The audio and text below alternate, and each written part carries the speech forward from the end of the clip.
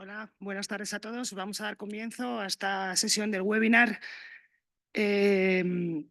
Muchas gracias a todos los que habéis venido presencial y a los que estáis al otro lado, que desde aquí nos vemos, con lo cual la sensación es un poco. Yo voy a intentar mirar a la cámara, pero si alguna vez no lo hago, espero que me disculpéis.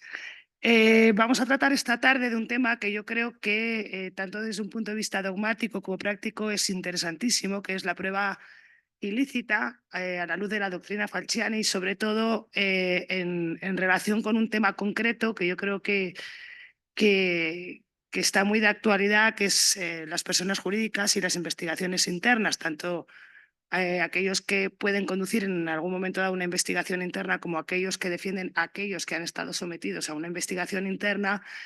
Vamos a tratar de analizar y de reflexionar todos juntos sobre cuestiones importantísimas, como es aquella prueba que se puede llevar con validez y con respeto a los derechos fundamentales al procedimiento penal. Y lo vamos a hacer de la mano del profesor Rafael Alcácer. Rafael es profesor titular de la Rey Juan Carlos y socio de Oliva Ayala, y como es mucho más interesante lo que tiene que contar él que lo que tengo que decir yo, sin más preámbulo ya le doy la palabra. Gracias, Muy Rafael. bien, muchas gracias, Laura. Gracias a los que estáis y a los que estáis en la distancia. Como dice Laura, la idea de la ponencia de hoy es tratar en la discusión de los últimos años en las investigaciones internas, el aspecto que más se ha tratado al hilo de la jurisprudencia del Tribunal Europeo de Derechos Humanos, sobre todo con las sentencias Barbulescu 1 y 2, etcétera, es la cuestión relativa a los derechos de los trabajadores como límite a las posibilidades de control, fiscalización y supervisión del empleador, de la persona jurídica, de la empresa, proyectado tanto hacia el ámbito laboral, lógicamente, como hacia el ámbito también penal en el marco de los programas de compliance y las investigaciones internas dirigidas en muchas ocasiones a reaccionar frente a sospechas de hechos delictivos, etcétera. La cuestión que más se ha tratado efectivamente es cuáles serían esos límites, es decir, cuál es el ámbito de protección que generan esos o propio de estos derechos fundamentales de los trabajadores. Yo de lo que quiero ocuparme hoy es del momento o del paso siguiente o del interrogante siguiente, asumiendo que en una investigación interna se ha lesionado, se ha menoscabado un derecho de un trabajador. Quedémonos con el ejemplo clásico del acceso inconsentido a un correo electrónico o a una serie de correos electrónicos sin que estuviera previsto la imposibilidad o la prohibición para uso privado de esos correos, etcétera. Es decir, partiendo de una situación en la que ya se ha vulnerado un derecho fundamental, ¿cuáles serían las consecuencias jurídicas derivadas de esa infracción? Y concretamente, me quiero ocupar de las consecuencias procesales. Sabemos que hay consecuencias de índole sustantiva. El empresario e incluso la propia empresa puede ser hecho responsable por un delito de descubrimiento y revelación de secretos, y esto no es una discusión puramente teórica, hay una sentencia que ha dado lugar a mucha discusión, sentencia del Pleno de la Sala Segunda, ponente Manuel Marchena, en la 328 del año 2021, si no recuerdo mal, en la que de hecho se condena al administrador de una empresa por esa injerencia en correos electrónicos personales del trabajador que motivaron una denuncia por un delito de hurto cometido por ese trabajador y además su despido disciplinario. Lo que me interesa son esas consecuencias sustantivas, que nos llevaría al análisis del artículo 197 del Código Penal. No digo que no sea interesante, pero no es el objeto de la sesión de hoy, sino las consecuencias procesales. ¿En qué casos, concretamente, esa prueba obtenida con vulneración de derechos fundamentales puede ser utilizada en el proceso para defender la pretensión que sea, ya sea acusatoria? Entraremos un poquito en esta última cuestión, ya sea en el ejercicio del derecho de defensa y de la presunción de inocencia, incluso de personas físicas o de la propia empresa. Para eso, para este análisis, el criterio a tener en cuenta para responder a este interrogante es lo que ya creo que aparece en el propio, no me acuerdo si aparece en el propio título de la ponencia, pero lo ha mencionado Laura Martínez Sanz en la presentación, es el análisis de la llamada doctrina Falciani, la sentencia, creo que por todos conocida, 116 del año 2017, en la que no vamos a entrar en el caso concreto del señor Falciani, de las motivaciones del señor Falciani o de lo que nos pueda gustar o no el desenlace, si se quiere, o la resolución dictada por la Sala Segunda. Eso es lo de menos. Lo demás es intentar adentrarnos en cuál es el criterio que desarrolla esa sentencia para los casos de obtención de pruebas por medios ilícitos, con vulneración de derechos fundamentales, por particulares. Ese es el núcleo de la sentencia 116-2017 y el criterio que pretendamos extraer de esta doctrina será necesariamente el que tengamos que aplicar a los casos en los que es la empresa la que obtiene una prueba con vulneración de derechos fundamentales. Porque en la oposición entre fuerzas y cuerpos de seguridad, es decir, Estado y particulares, lógicamente la empresa se sitúa obviamente del lado de los particulares a estos efectos. Lo característico de esta sentencia o de esta doctrina que ha venido desarrollada por otra serie de sentencias posteriores con un elenco de supuestos fácticos muy interesante en ocasiones, serían 4 notas genéricas las que pueden definir esta doctrina. Esta doctrina tiene vocación de ser una concepción, una doctrina autónoma, en el sentido de que pretende proyectarse solamente sobre el orden penal, es decir, no construye una teoría de la prueba ilícita con carácter general, sino autónomamente sobre el ámbito, sobre el proceso penal. Es una doctrina también con pretensión de constituirse o de ser específica, en tanto en cuanto lo que pretende es dar un tratamiento concreto y diferenciado a este supuesto, a la prueba obtenida por particulares. Hay una vocación clara de distinguir los supuestos de vulneración de derechos por las fuerzas y cuerpos de seguridad del Estado, por la policía, por simplificar, y los particulares. Y, en tercer lugar, podríamos decir que es una doctrina novedosa, en la medida en que, también lo dice claramente, pretende hacer overruling sobre la jurisprudencia anterior. Dice, hay un pasaje de la sentencia en que reconoce que los pronunciamientos anteriores de la Sala Segunda se inclinaban de modo abrumadoramente mayoritario, dice, hacia la equiparación del particular y del policía, es decir, sin establecer diferencias en las consecuencias o en la aplicación del artículo 11 de la Ley Orgánica del Poder Judicial, donde se regula la regla de exclusión probatoria. La cuarta característica es una teoría, es una doctrina con una vocación claramente restrictiva. Su finalidad claramente establecida es limitar el ámbito de aplicación del artículo 11 de esa regla de exclusión probatoria, modularlo a la baja cuando son los particulares los que menoscaban el derecho fundamental para la obtención de pruebas. Esta vocación restrictiva conecta muy claramente con el propio fundamento de la prueba ilícita, es decir, sobre la razón de ser de por qué ha de excluirse una fuente de prueba del proceso penal.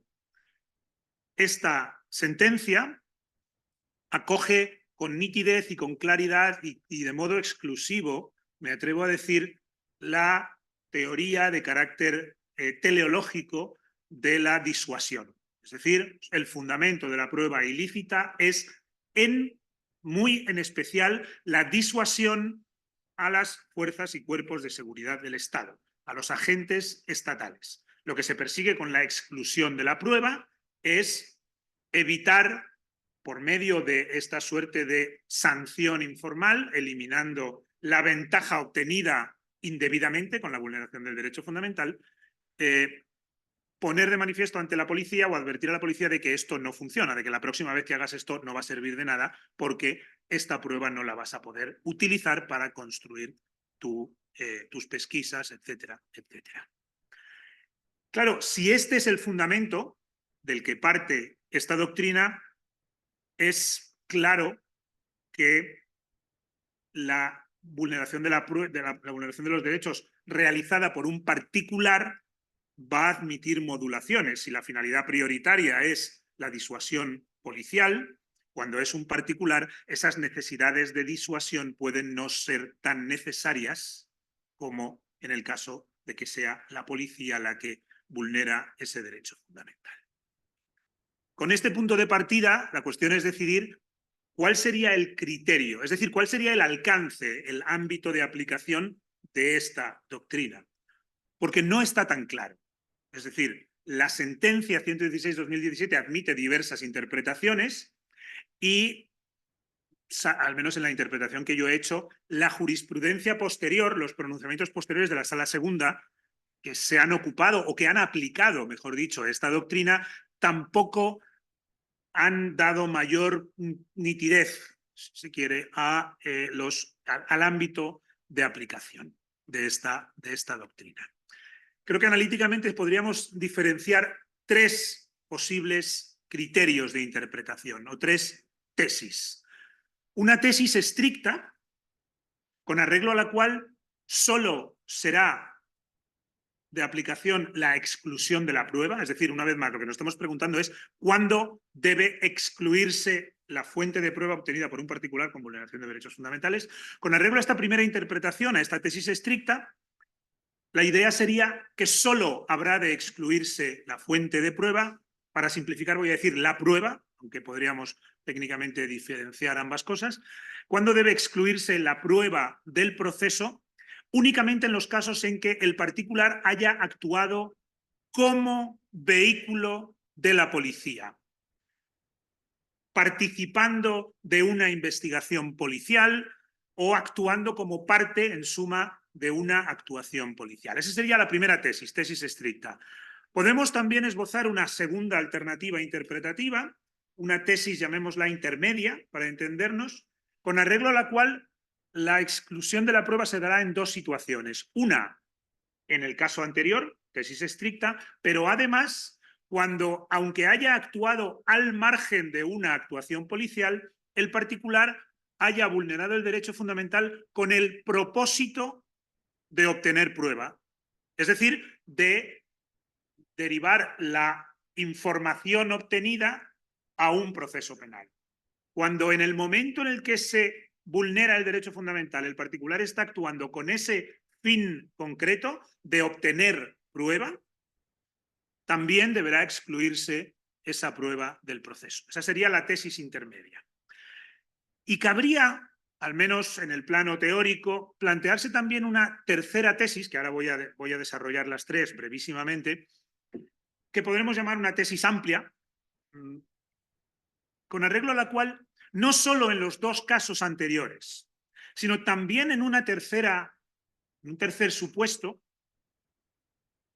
consistente en que el particular, aunque no actúa con el propósito de obtener prueba, asume la posibilidad de que la información que vaya a obtener pueda llegar a ser utilizada en un proceso penal.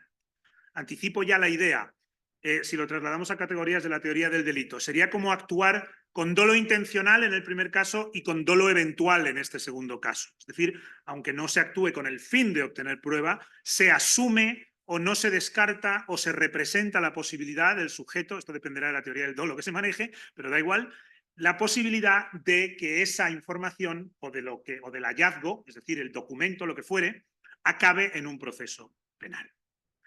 La tesis cada una de estas posibilidades encuentran acomodo en diferentes argumentos, en parte en lo que dice la sentencia 116-2017, en parte en lo que dicen otras sentencias, etc. Por ejemplo, la tesis estricta. Si leemos algunos pasajes... Bueno, la tesis estricta la podemos derivar ya del propio fundamento que sostiene o que defiende la 116-2017. Una vez más, la disuasión policial. Si ese es el único fundamento de la regla de exclusión probatoria, es lógico y coherente que solo cuando la prueba se obtenga en el marco de una actuación policial, aunque sea por un particular, imaginar el clásico supuesto en el que al particular un arrepentido o un confidente se le pone un micrófono para que vaya a la reunión con los malvados, ¿vale? Ese sería un supuesto claro.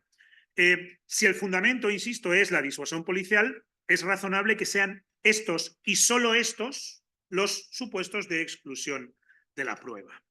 Pero si leemos la sentencia, también podríamos llegar a esta conclusión, por ejemplo, cuando dice que el particular debe actuar, son citas entrecomilladas, con vinculación al ejercicio del ius puniendi, debe actuar en nombre del Estado, su actuación debe equipararse a la de un agente al servicio del Estado, o cuando dice que lo decisivo para no declarar la nulidad de la prueba es que el particular, comillas, nunca actuó en el marco de una actividad de respaldo a los órganos del Estado, o lo determinante, un pasaje más de la sentencia, es que nunca, de forma directa o indirecta, haya actuado como una pieza camuflada del Estado al servicio de la investigación penal.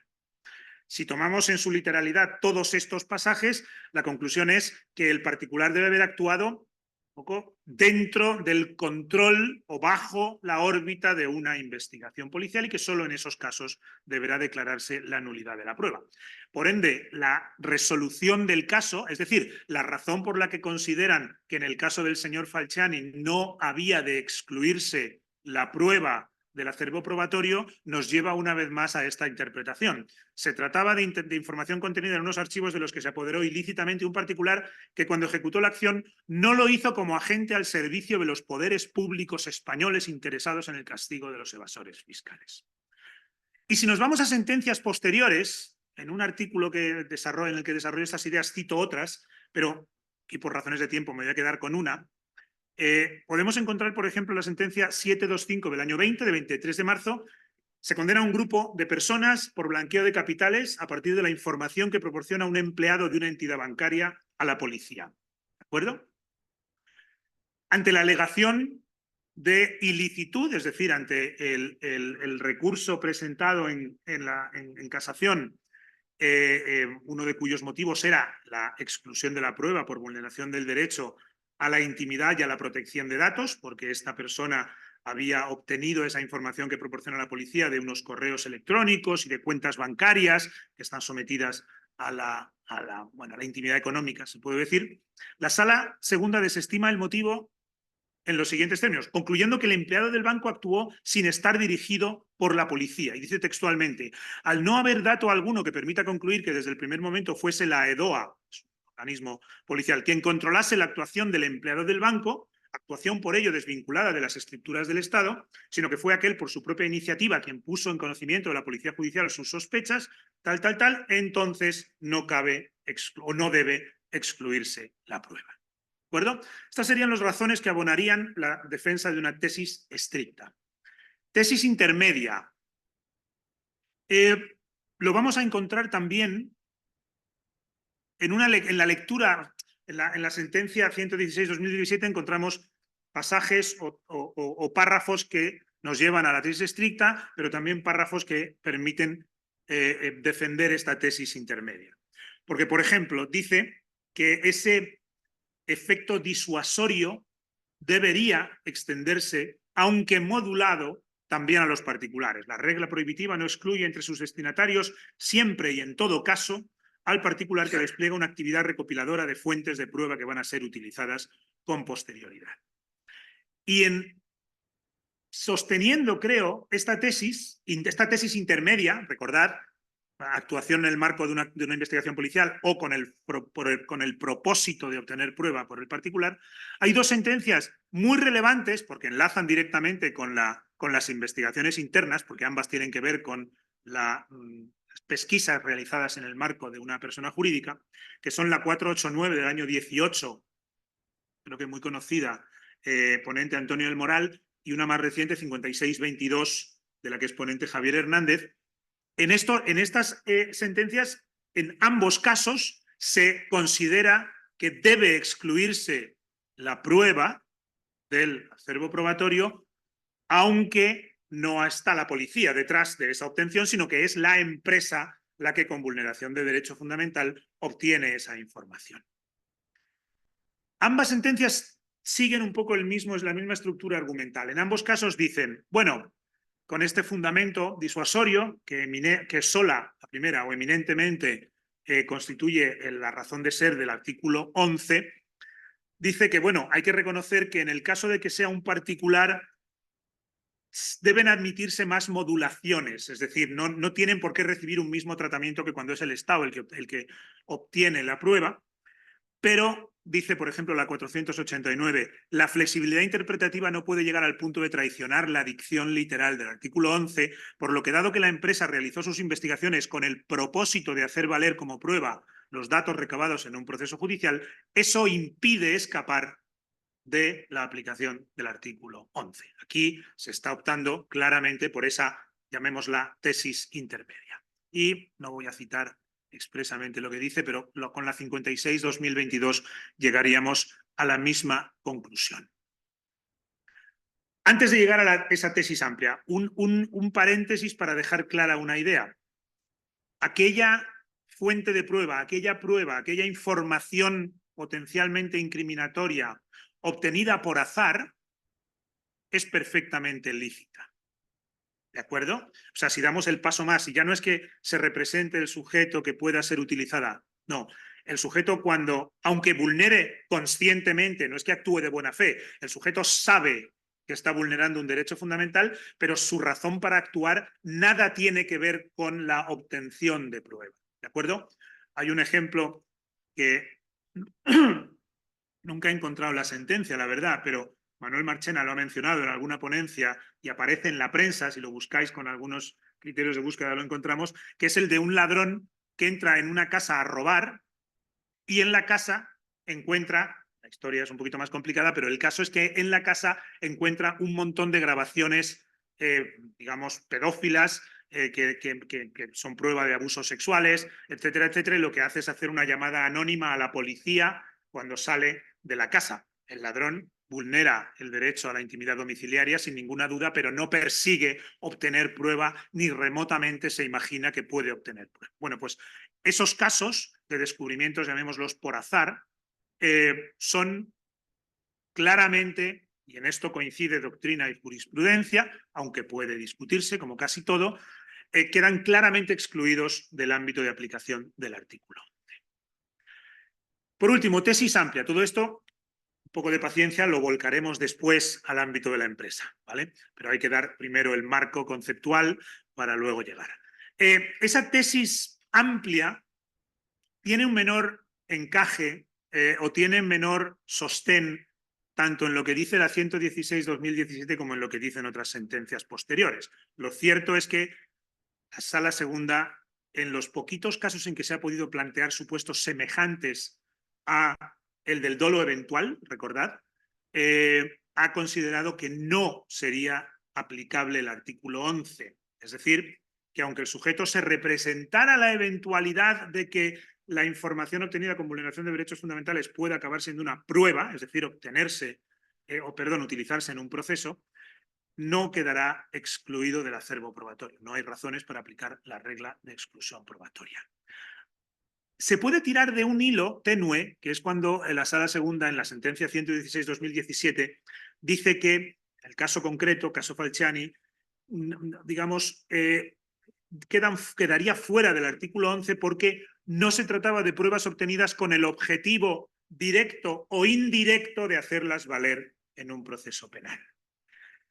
Si buscamos tres pies al gato y queremos distinguir qué es un objetivo indirecto del directo, si el objetivo directo es ese dolo intencional, quizá podría interpretarse el objetivo indirecto como aquellos casos en los que se busca información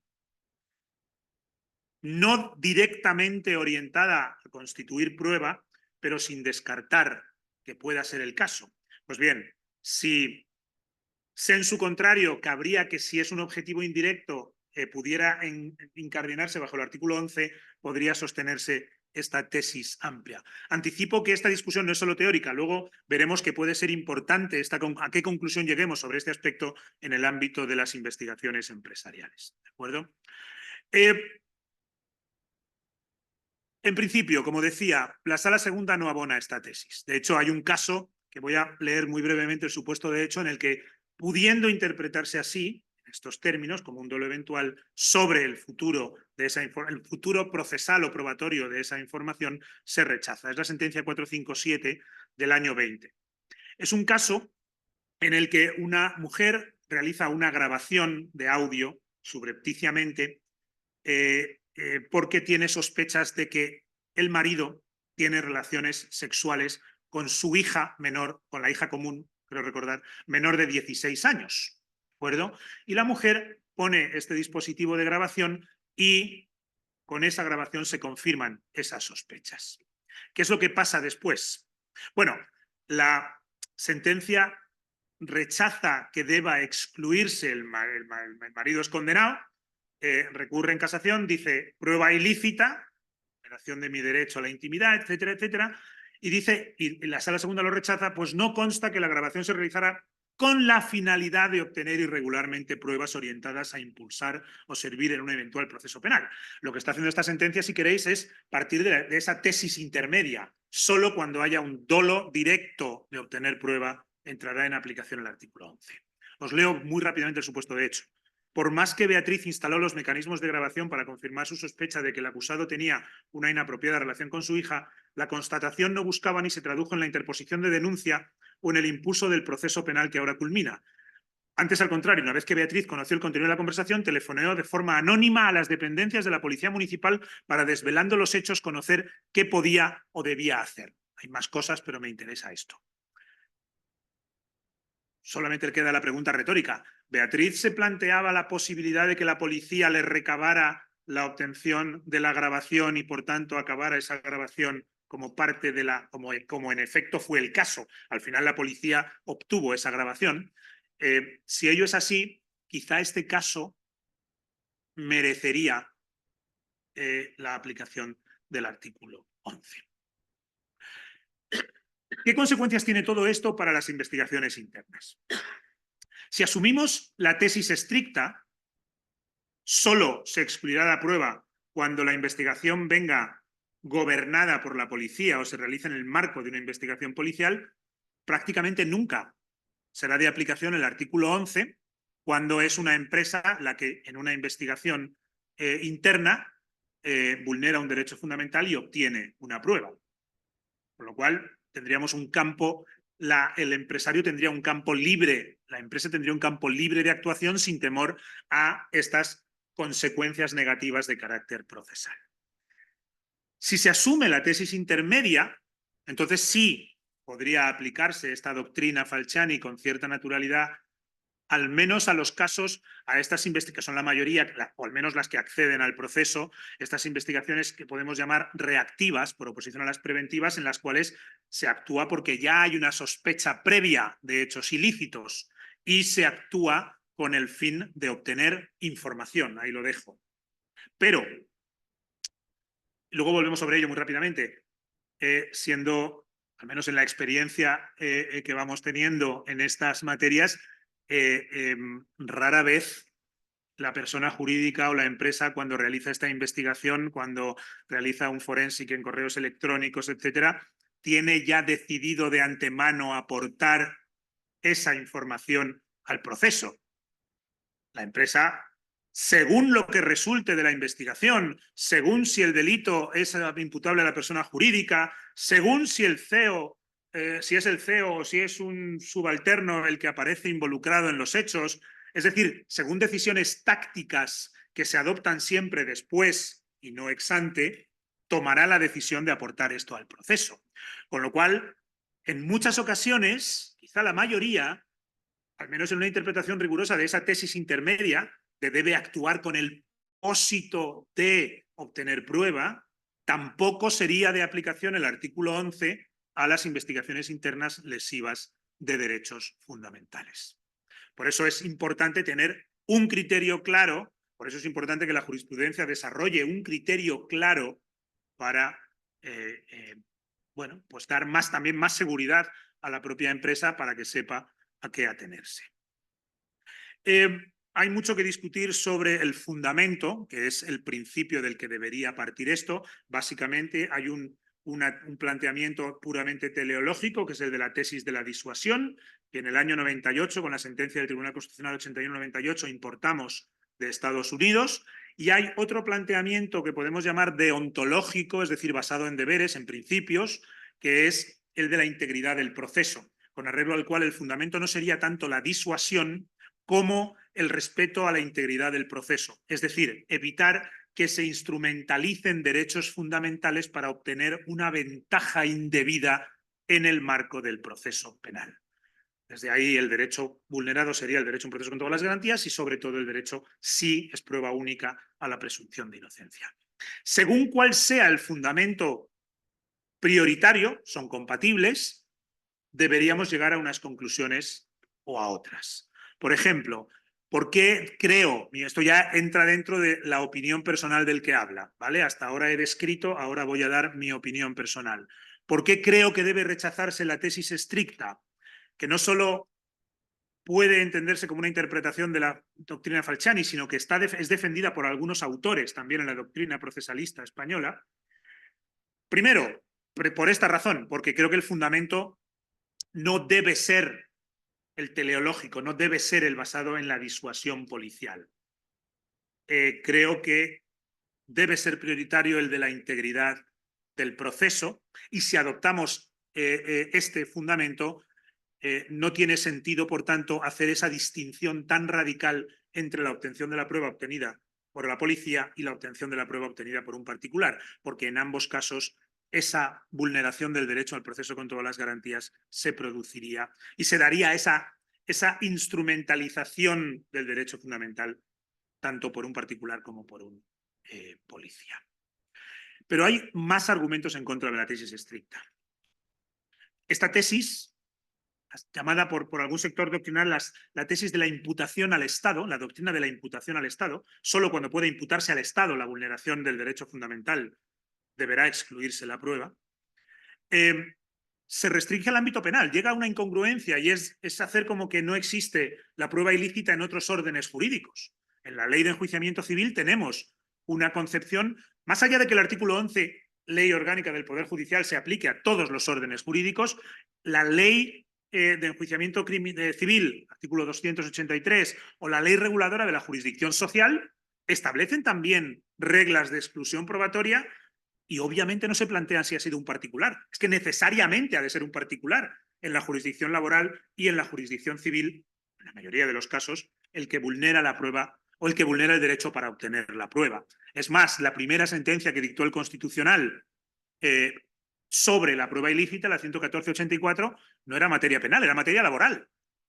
Si la tesis estricta, la tesis de la imputación al Estado, parece o sea, es una teoría ceñida únicamente al ámbito penal y además que llevaría a la paradoja de que la aplicación de la regla de exclusión probatoria sería más estricta en el ámbito penal que en los ámbitos laboral y civil, lo cual es un contrasentido desde el punto de vista garantístico porque en el ámbito penal está el ius puniendi detrás con la amenaza del palo.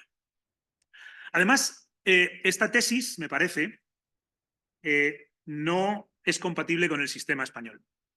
Esta tesis, los autores que la sostienen la importan de Alemania, la importan de Estados Unidos, pero claro, ni en Alemania ni en Estados Unidos hay una acusación particular o hay una acusación popular, que no consiste sino en un particular que tiene las mismas posibilidades de actuación procesal que el Ministerio Fiscal y que, por tanto, se afanará en obtener la prueba por sus medios, detectives, etcétera, etcétera. Con lo cual, el particular, una acusación particular y una acusación popular lleva a la conclusión de que el particular, teniendo un papel protagonista en el proceso penal, puede también tener un papel protagonista en la obtención de las fuentes de prueba. ¿Por qué deben quedar excluidos de la aplicación de la regla de nulidad o de la prueba?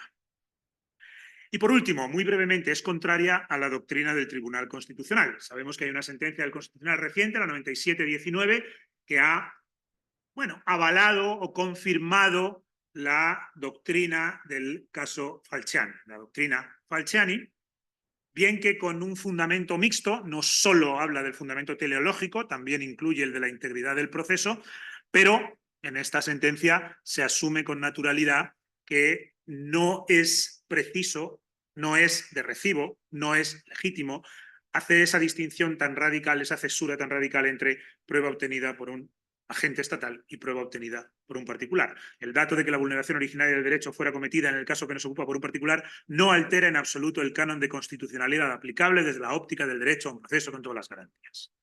Al menos como regla de principio, dice el tribunal.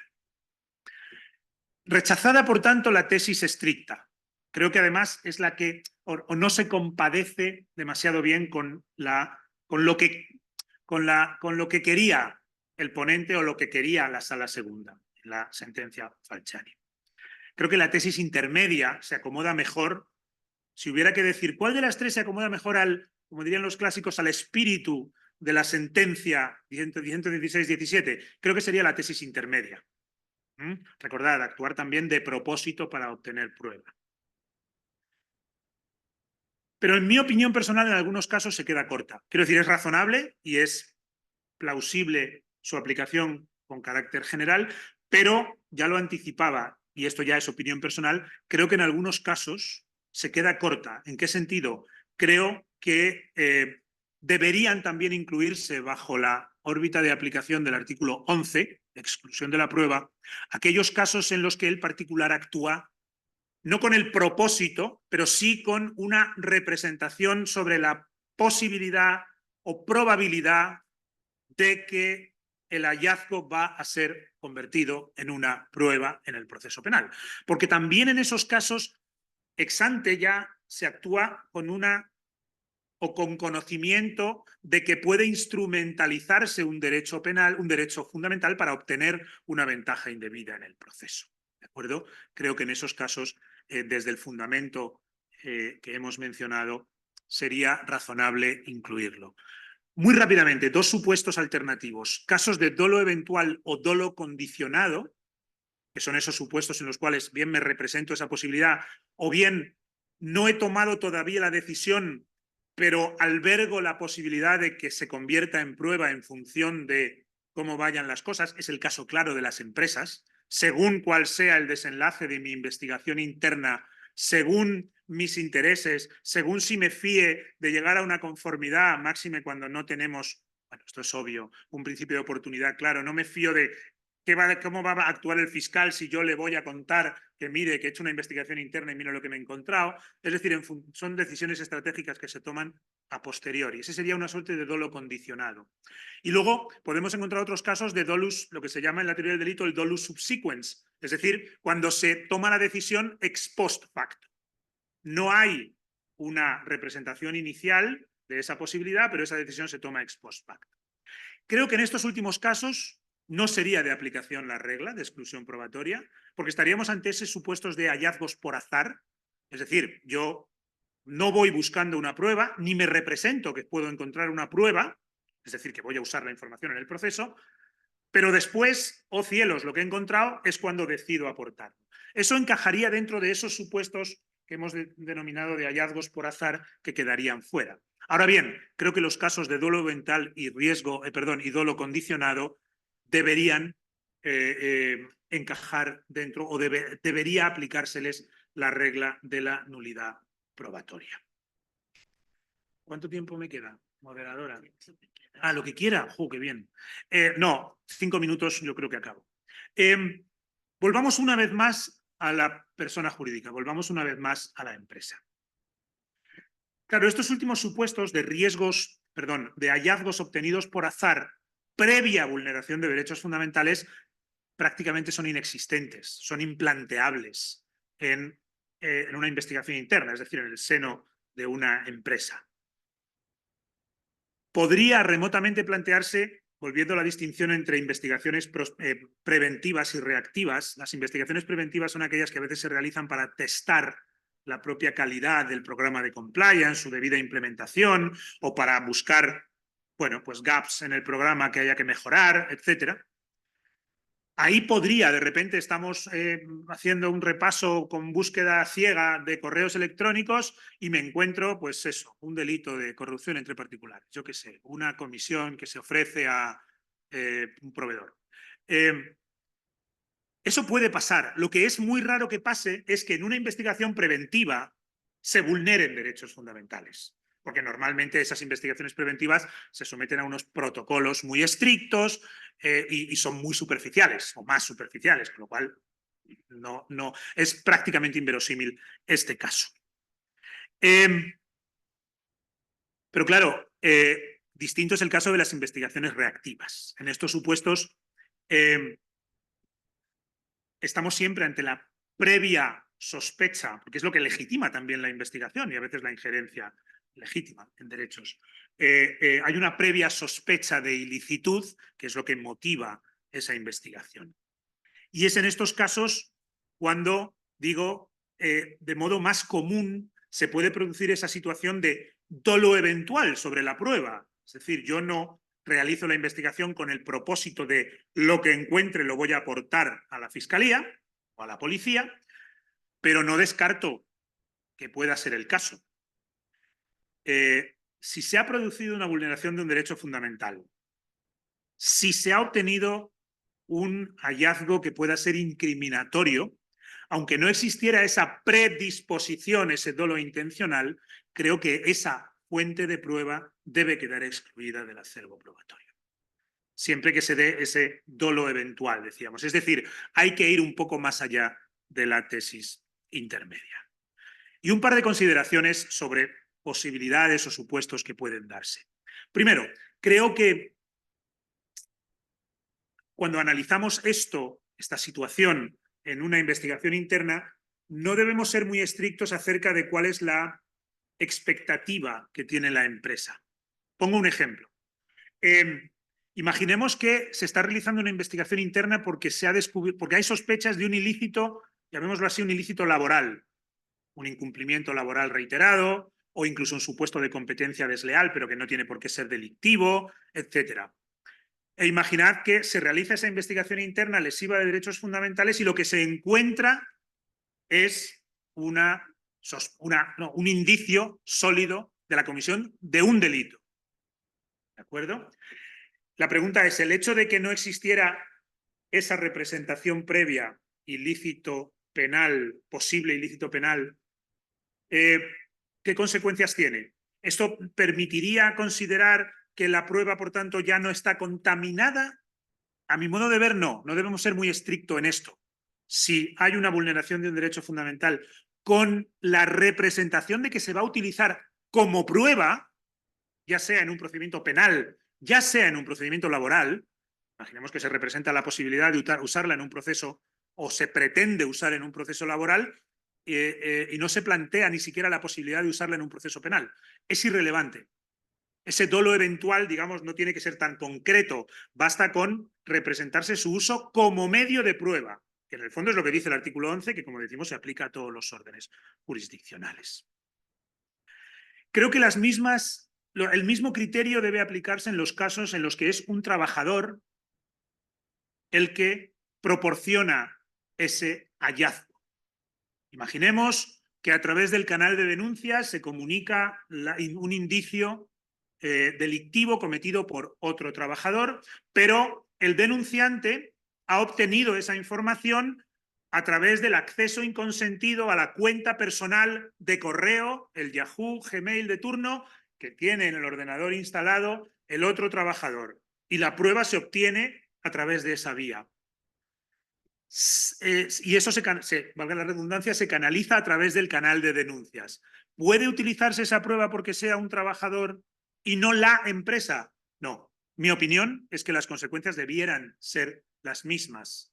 Si se inician acciones legales a partir de esa información o si se utiliza a su vez para realizar una investigación interna con el consiguiente expediente abierto en el Departamento de Compliance y eventual informe que se aporte, etcétera, etcétera, creo que eso estaría contaminado de ilicitud por la misma razón. Otro supuesto distinto, ¿qué pasa cuando el Estado, vamos a llamarlo así, se apropia de la prueba?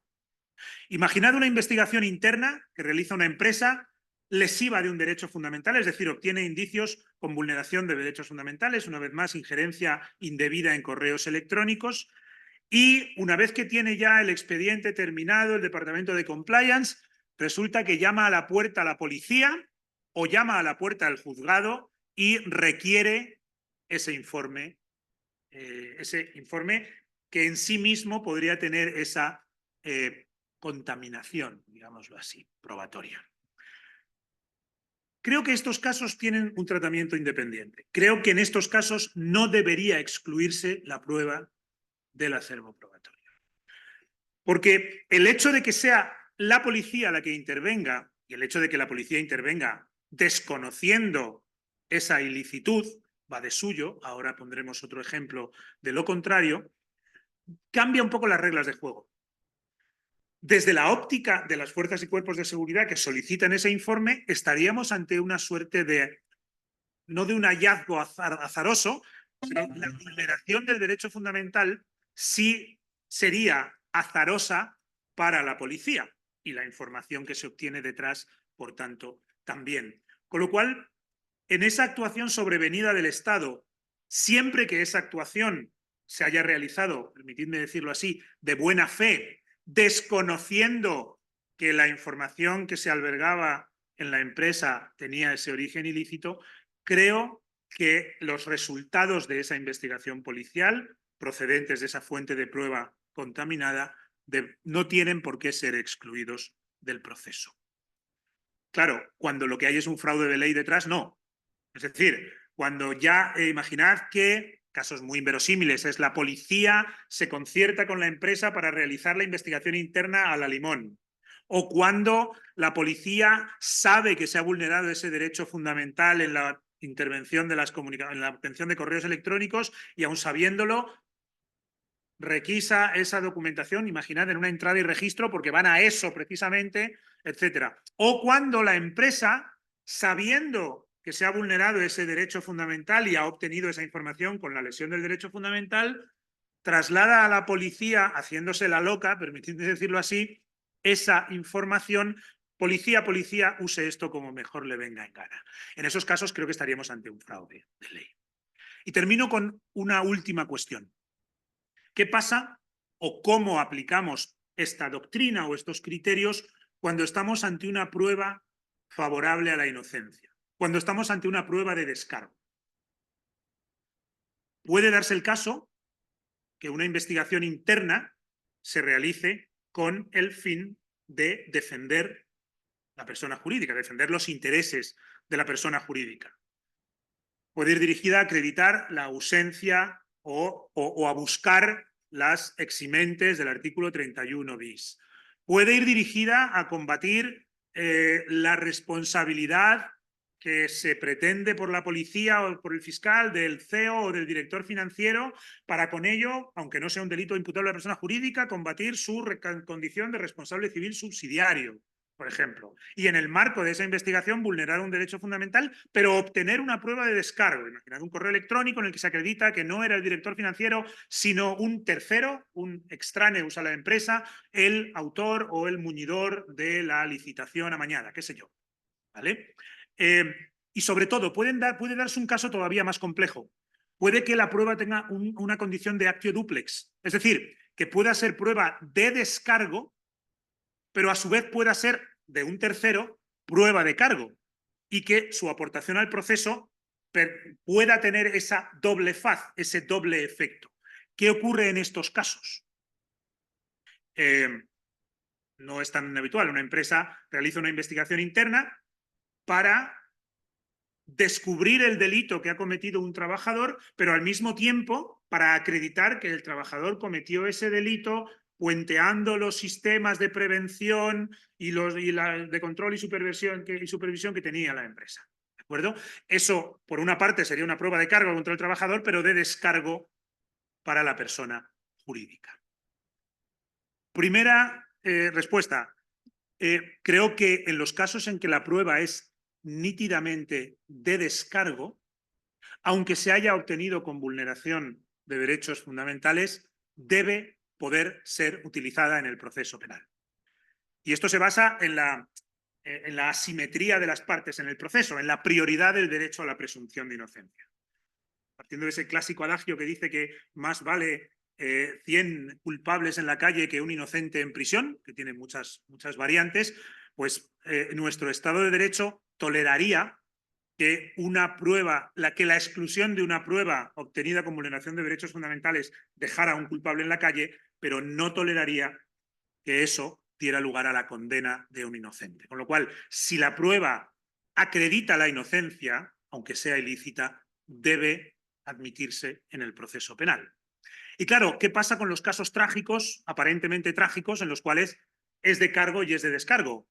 Tendríamos que o excluirla para ambos casos, con la merma para la inocencia del que puede probar su inocencia con esa prueba, o o excluirla en ambos casos condenando a un inocente, o utilizarse en ambos casos, o no utilizarse en ambos casos, no sé, ya no sé cómo es, pero me entendéis, ¿vale? En ambos casos las consecuencias son negativas, por eso sería un supuesto trágico, como suele decirse en ética. Creo que la solución es muy sencilla. Creo que se puede dar una solución normativa y el juez puede decidir admitirla con un efecto y no admitirla con el otro efecto. Es decir, admitirla para abonar y probar la inocencia o la exención de responsabilidad, ¿me entendéis? Y rechazarla como elemento incriminatorio para fundar una condena. Y hasta aquí. Muchas gracias. Bueno, muchas gracias, Rafa. Os digo, ahora voy a abrir un turno de pregunta o de debate, si os parece bien. Los que estáis online podéis plantear vuestras preguntas a través del chat, que lo tengo delante, y mientras lo hacéis, una reflexión más que una pregunta. Como estamos en el tema de la prueba de las personas jurídicas, yo creo que el tema, lo someto a tu consideración, una reflexión. Las investigaciones internas, al final, la carga que tienen y tal y como está prevista los planes de cumplimiento normativo, casi siempre lo son para aportarlas a un procedimiento penal para exonerar o, en su caso, atenuar la responsabilidad de la persona jurídica, con lo que en la mayoría de los casos estaremos ante ese dolo eventual, ¿no? de vamos a llevar a cabo esta investigación, porque al fin y al cabo, si esto se descubre por la policía, el hecho de tener una investigación interna nos va a ayudar, con lo cual ese dolo eventual de que esto pueda acabar en un procedimiento penal como prueba, yo creo que es bastante más común de lo que parece, ¿no? Y claro, todos hablamos de los casos en los que para conseguir una prueba se ha cometido incluso un delito, ¿no? Puede ser una invasión de la intimidad, puede ser un delito de revelación de secretos, pero ¿qué pasa en aquellos casos en los que en una investigación interna se toma declaración a los involucrados sin aquellas garantías que exige lo que es una declaración de investigación penal? Es decir, en aquellos en los que se estaría vulnerando el derecho fundamental a no declarar contra sí mismo, el derecho a no autoincriminarse, que parece mucho menos evidente conseguir una prueba de esas características en una investigación interna que el hecho de conseguirla violentando el sistema informático, por ejemplo, ¿no? Claro, eso es un caso un poco más difuso. No sé qué opinas de si son válidas o no son válidas las declaraciones que hace el que luego sería un investigado en un procedimiento penal en el seno de una investigación interna en la que, por ejemplo, no se le advirtió la posibilidad precisamente de no declarar o no haya acudido acompañado de abogado que le haya dicho: fulanito, no digas, no abras el pico, Sí. porque... Entonces, simplemente conocer tu opinión sobre ese aspecto, que creo que es bastante común, porque vamos, de hecho nos encontramos con investigaciones internas en las que hay declaraciones de personas que luego son susceptibles de tener la condición procesal de investigado. Vale, es un melón, complicadísimo. Pero vamos a ver, la idea.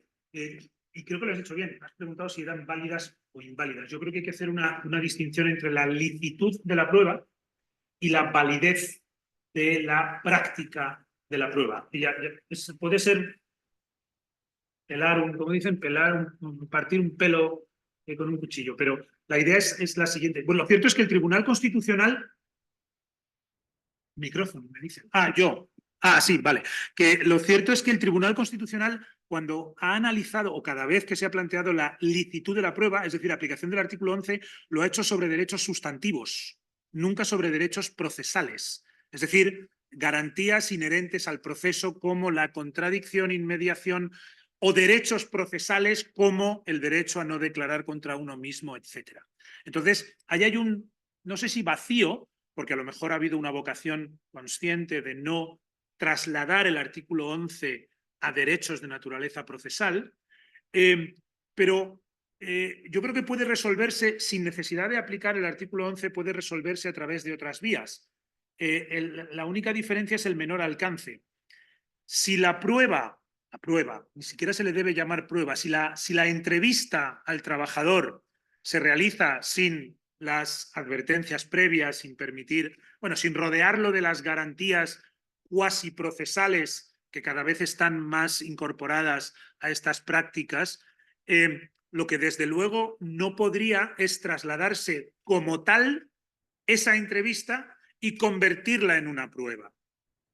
¿De acuerdo? Igual que, por ejemplo, ya se ha dicho hasta la saciedad, y ha costado, pero se ha dicho que una declaración en sede policial no puede utilizarse como prueba porque falta la garantía jurisdiccional, no hay un juez delante, menos aún estas entrevistas pueden, como tal, ser utilizadas como prueba. Y, por tanto, bajo ningún concepto podría acudirse al 714 y en el interrogatorio procesal ya, es decir, en el acto del juicio, en el plenario, decir, mire, pues usted dice esto, pero miren la entrevista que hizo y preguntarle por esas contradicciones. Eso estaría automáticamente rechazado porque no debería incorporarse esa entrevista o la transcripción de la entrevista al acervo probatorio. El problema está en la prueba derivada, que suele llamarse. Ahí sabéis que una discusión muy, muy compleja sobre si el artículo 11 dice las pruebas directa o indirectamente obtenidas. ¿Qué pasa con las indirectamente obtenidas? Para eso se desarrolla esa complejísima teoría de la conexión de antijuridicidad por el Tribunal Constitucional, que dice en algunos casos las pruebas derivadas, cuando se ha rodeado de garantías, por ejemplo, reconocimiento de los hechos en el plenario, por más que provengan ese reconocimiento del hallazgo ilícito de la droga que se le puso encima de la mesa en comisaría al sujeto, la declaración en el plenario autoincriminatoria es perfectamente válida, porque está asistido de abogado, bla, bla, bla. Bueno, el problema es qué ocurre cuando a raíz de una entrevista a un trabajador sin esas garantías se obtiene otra información que a su vez lleva a otra información y es no esta prueba, la entrevista, sino esa prueba derivada la que se convierte en prueba procesal.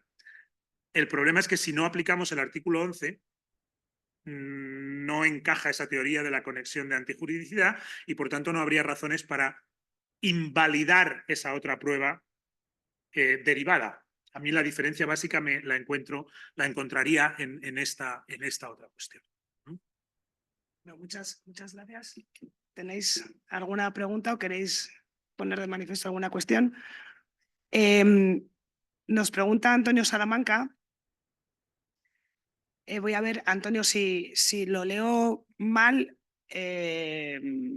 me lo dices. Dice, si la prueba la aporta un ciberdelincuente o con sanciones de ciberdelincuencia, sí es susceptible de, entiendo, ser ilícita, pero un policía judicial no creo que deba ser prueba ilícita. Hombre, yo entiendo que un policía judicial, si se infiltra sin la debida autorización judicial, es ilícita sin duda. Necesita un mandamiento judicial que le permita. ¿No? Claro, si está amparada. Vamos a ver, hay injerencias en derechos fundamentales legítimas e ilegítimas. Si actúa amparado por una autorización judicial, se puede entrar en el domicilio ajeno.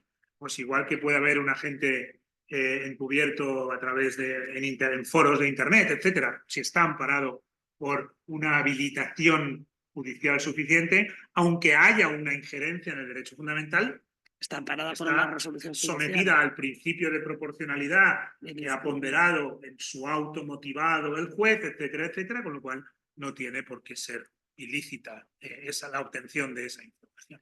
Nos pregunta Sergio Amadeo. Hola, Sergio, aunque no te vemos.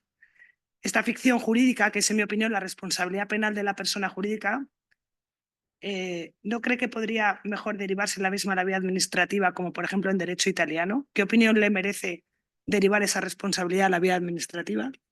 Esto es trampa, esto no Sergio. tiene que ver con el tema. Estaría dispuesto a compartirlo, siempre que, vamos, en Italia concretamente no, en Alemania es donde rige un derecho de lo que se llama las contravenciones que puede tener, que se aplica a las personas jurídicas, no hay responsabilidad penal de las personas jurídicas y no he estudiado, no conozco estudios empíricos, pero por una pura intuición jurídica creo que el efecto disuasorio que puedan generar sanciones millonarias, como las que aquí impone la CNMC en ocasiones, por otra parte, pueden ser igual de preventivas que la responsabilidad, que el sometimiento de la persona jurídica a un proceso que genera tantas disfunciones. Con esto tampoco digo que no tengo una opinión muy formada sobre el tema. Desde el punto de vista estrictamente jurídico-penal, creo que la responsabilidad de las personas jurídicas genera muchísimas disfunciones y que no encaja en nuestro sistema de imputación.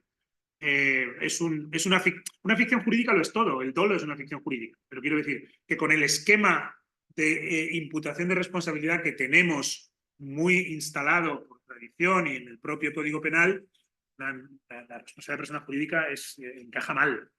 Y a lo mejor estaríamos mejor sin ella, pero habría que diseñar un sistema equivalente dotado de unas garantías semejantes, como dice el Constitucional, en el ámbito administrativo. No estaría en contra, desde luego. Bueno, pues yo creo que aquí lo dejamos. Sí me gustaría deciros que, bueno, que estos temas se tratan con mayor profundidad en el curso que tiene la Escuela de Alta Especialización en Derecho Penal Económico y comentaros a todos que no hace falta asistir al curso entero. Lo digo porque están publicados en la web los módulos y si tenéis interés alguno en profundizar en estas cuestiones, pues que en la página web lo tenéis. Que muchísimas gracias a todos, muchísimas gracias, Rafael, por esta interesante ponencia y charla. Y gracias a los que habéis venido y a los que estáis online también. Muchas gracias a todos y buenas tardes.